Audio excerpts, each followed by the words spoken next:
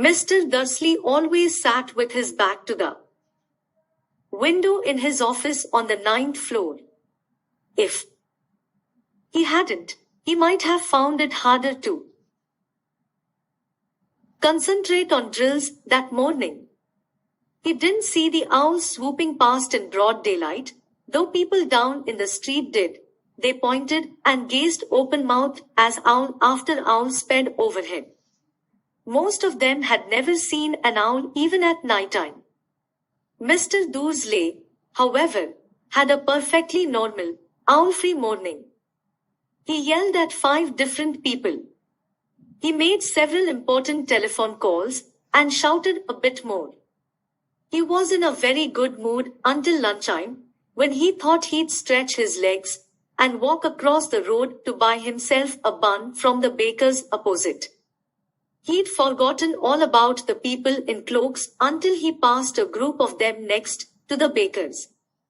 He eyed them angrily as he passed. He didn't know why, but they made him uneasy.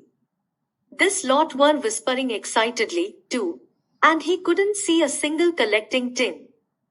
It was on his way back past them, clutching a large doughnut in a bag, that he caught a few words of what they were saying. The Potters, that's right, that's what I heard. Yes, their son, Harry. Mr. Dursley stopped dead. Fear flooded him. He looked back at the whisperers as if he wanted to say something to them, but thought better of it. He dashed back across the road, hurried up to his office, snapped at his secretary not to disturb him, seized his telephone, and had almost finished dialing his home number when he changed his mind. He put the receiver back down and stroked his mustache, thinking. No, he was being stupid. Potter wasn't such an unusual name. He was sure there were lots of people called Potter who had a son called Harry.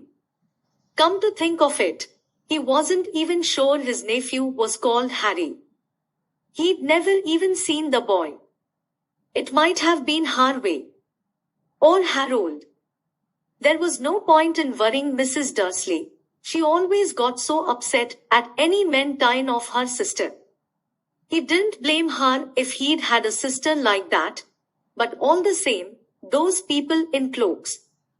He found it a lot harder to concentrate on drills that afternoon, and when he left the building at 5 o'clock, he was still so worried that he walked straight into someone just outside the door. Sorry, he grunted as the tiny old man stumbled and almost fell. It was a few seconds before Mr. Dursley realized that the man was wearing a violet cloak.